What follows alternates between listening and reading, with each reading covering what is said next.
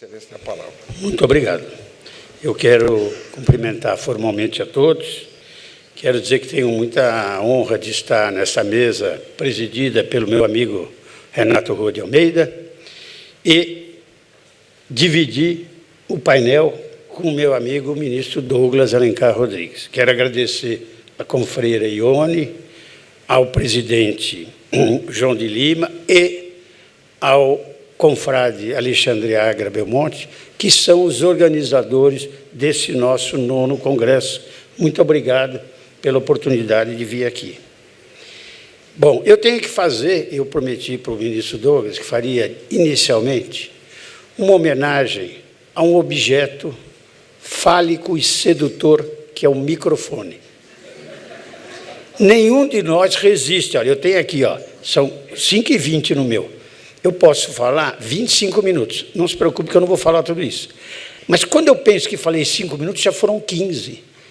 Essa é a sedução que o microfone exerce. E quanto mais nós nos interessamos por aquilo que escrevemos, mais a gente se ilude que o público também vai se interessar. Então a gente fala, ninguém aguenta mais, a gente continua falando, não é? Não é de propósito, é que a gente está seduzido pelo microfone. Então, meus respeitos ao senhor. Bom, o tema, gente, é muito delicado. Eu queria antes lembrar a todos que nós devíamos levar para casa, como lição de casa, a conferência do professor Juan Raso Delgue, que mostra que momento sombrio os trabalhadores vivem no mundo ocidental. Ele fez uma exposição clara e didática do que acontece na legislação italiana, espanhola, francesa, brasileira. Ele se omitiu, porque ele é um visitante educado, então ele não falou mal da nossa, né? Mas nós sabemos que vai mal. Data Vênia. Aliás, Data Vênia tem que falar. Quando eu falei para o ministro Douglas para falar 10 minutos só, eu falei Data Vênia, porque ele é ministro da Ativa. Se você contrariar um membro do judiciário, você tem que antes falar Data Vênia. Aí pode. Não é ofensa. Mas o que eu quero dizer é o seguinte: México, Argentina, Chile, todos os países obedecem a uma ordem do capital internacional que é de reduzir direitos. Nesse universo é que nós precisamos pensar nesses nossos temas. Não é o fim do mundo também, não vamos desistir, não. Não é a primeira nem será a última vez que há um concerto e um desconcerto internacional. Mas o tema aqui é limitação à atuação do judiciário na anulação de cláusulas coletivas. A competência originária para elaborar cláusulas coletivas é dos atores, empregados e empregadores, através de suas instituições sindicais. Quem falou isso? Artigo 7º, inciso 26 da Constituição. Não é, professora Tereza? Está escrito lá, reconhecimento dos acordos e convenções coletivas. Então, são sindicatos de empregados e empregadores que elaboram as normas coletivas. Isso é o que o professor Amaury chamava de autonomia coletiva dos grupos. O professor Amaury tinha uma implicância com aquela expressão, autonomia privada coletiva. Ele achava, inclusive, de muito mau gosto. Ele falava, é autonomia coletiva dos grupos. E é isso mesmo, é o reconhecimento constitucional de que as partes podem elaborar as regras que vão regular suas próprias atividades. A Justiça do Trabalho intervém nesse tema de duas formas, basicamente. O dissídio coletivo, quando a negociação não dá certo, ou a ação de anulação de cláusula coletiva. É aqui que reside o nosso problema. E lá se foram 5 minutos. Bom, uma coisa que eu acho interessante é o seguinte: quem observou ao longo desses anos, que nem o Renato e eu que estamos há algum tempo já nessa conversa, o desenvolvimento das relações empregado e empregador através de norma coletiva autônoma e julgamentos de dissídios coletivos, sabe que os avanços dessas relações se deram nas negociações diretas. Por 2 motivos, a meu ver. As partes conhecem os seus problemas. Então, sabe onde negociar, onde pode transigir, onde não pode. E os tribunais trabalhistas, os regionais e o TST, sempre foram muito cautelosos em não avançar em dissídios coletivos além do limite legal. Então, o grande avanço na negociação coletiva se deu na forma de negociação direta. Bem, aí, minha gente, surge a Lei 13.467 de 2017, que nós passamos a chamar de reforma trabalhista. Esse era um momento precioso da história das relações patrão-empregado. Todo mundo, da extrema esquerda, da extrema direita, ansiava por uma adequação do direito do trabalho às novas realidades. Era uma oportunidade da gente ter uma mudança feita por todos os setores envolvidos nas relações patrão-empregado. O que, no mínimo, Alexandre, ia fazer com que todo mundo que participasse se comprometesse. Mas as coisas são como são e não como eu gostaria que fosse. Não foi assim absolutamente. Foi um pequeno grupo, pequeno número de pessoas, porque gente da maior envergadura, mas que não representava os interesses das entidades envolvidas, que produziu essa Lei 13.467, que tem algumas coisas que são até estrambólicas, com perdão da expressão. O problema é que agora nós estamos no limiar de uma repetição. O secretário não nomeou uma comissão de alto nível, que tem colegas nossos da melhor estirpe trabalhista, mas que não representa os interesses das entidades. Tomara que eles percebam e chamem essas entidades para fazer o que o ministro Douglas chamou de sintonia fina. Eu acho que primeiro precisa passar massa grossa, né? Depois alisar a parede, para depois chegar na massa fina, porque está muito ruim, data vênia. Vamos pensar nesse nosso tema, Renato. Parágrafo 3º do artigo 8º da CLT, fruto da redação da lei. No exame de convenção coletiva ou acordo coletivo de trabalho, a Justiça do Trabalho analisará exclusivamente a conformidade dos elementos essenciais do negócio jurídico, respeitado o artigo 104 do Código Civil. Como é que é? Agente capaz, objeto lícito e forma defesa não prescrita em lei. O juiz vai analisar só isso, viu, Sandro? Quando entrar uma ação questionando uma norma coletiva, lá na sua vara, você vai julgar só a parte formal. E não presta jurisdição que nem o CPC manda. Porque o que o reclamante está dizendo é que aquela cláusula é nula e que não pode ser aplicada a ele, que ele tem que ser ressarcido. Experimenta dizer que não vai apreciar o mérito. Sabe o que vai acontecer? O seu nome vai, não é na boca do corvo que vai, é lá no CNJ, porque vai para o TRT, vai para o TST, vai para o CNJ, e ainda vão dizer que você não prestou a jurisdição. Ô, gente, quem escreveu isso aqui estava distraído, está vendo? Como é que o judiciário não vai apreciar? Bom, esse é o parágrafo 3º. Agora, essa lei tem uma coisa que é formidável. A doutora Joselita, que falou aqui, com todo o respeito que me merece, não está escrito no 579 ao 582 que a autorização para desconto de contribuição sindical é pessoal. Está escrito que é expressa.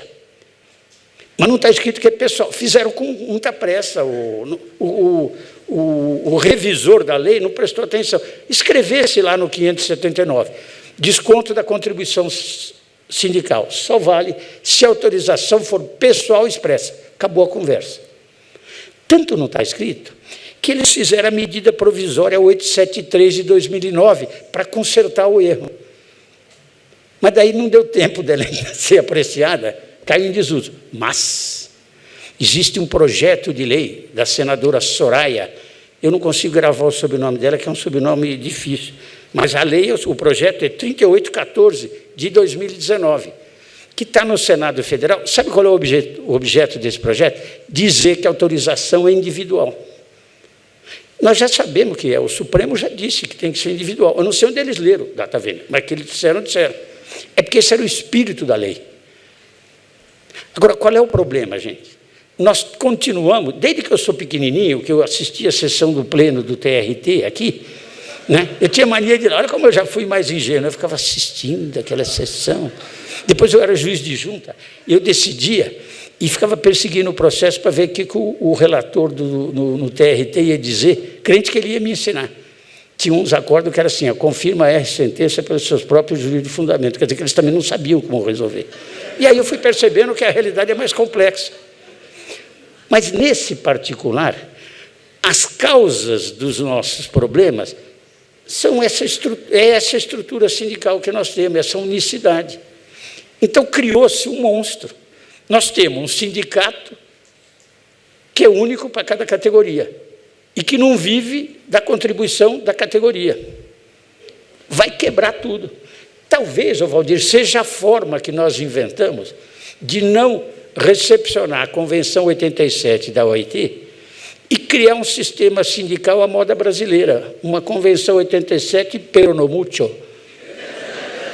Mas, enfim, que a gente tem um sindicalismo diferente, a duras penas. Está na internet, de ontem e anteontem, o Sindicato dos Metalúrgicos de São Paulo está vendendo a sede. A sede é monstruosa, não é?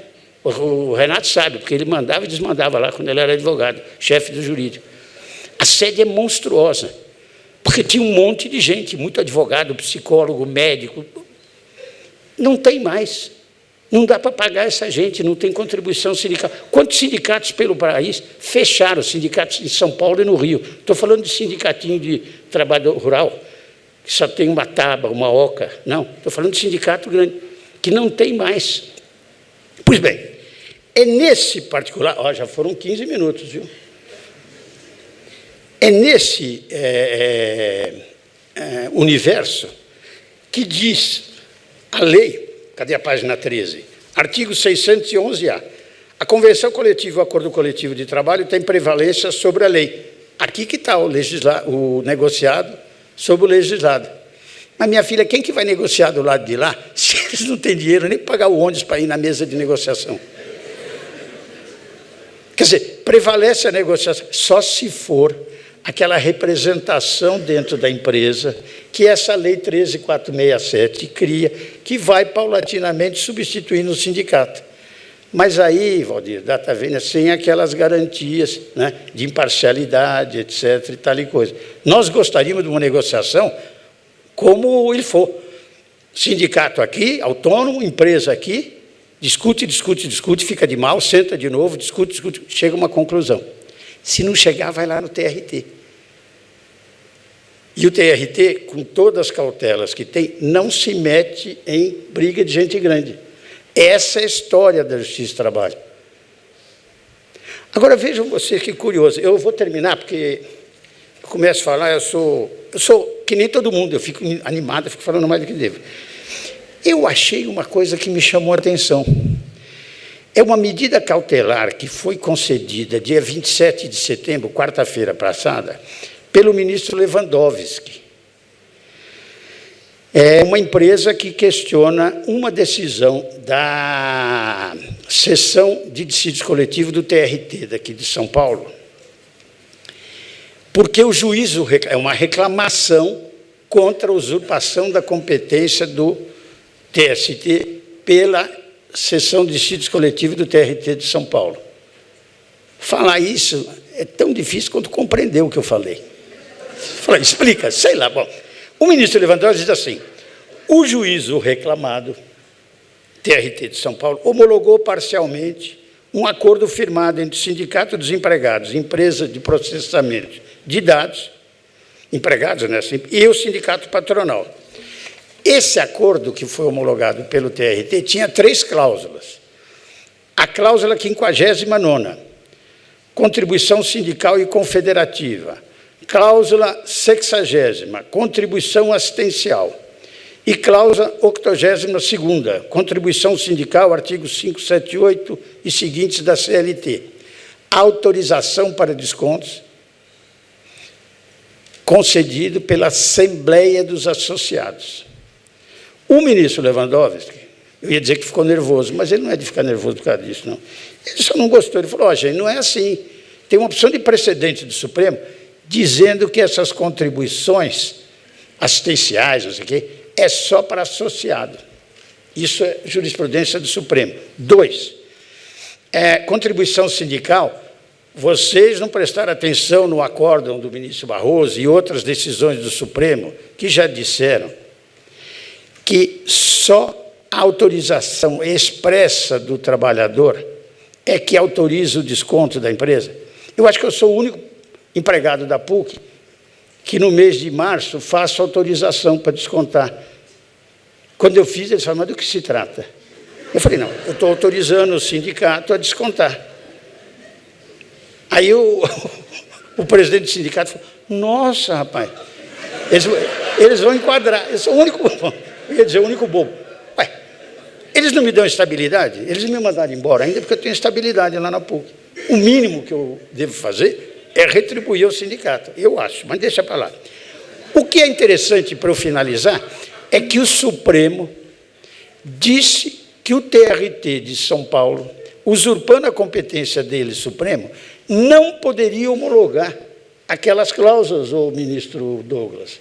O tribunal tinha que intervir na vontade das partes e dizer, exclui essas cláusulas. Então, como é que fica a pergunta inicial? A limitação. Não era limitação a atuação do Poder Judiciário? Esse acordo do ministro Lewandowski faz exatamente o inverso. O que eu quero dizer com toda a modéstia é que está uma confusão de gente grande.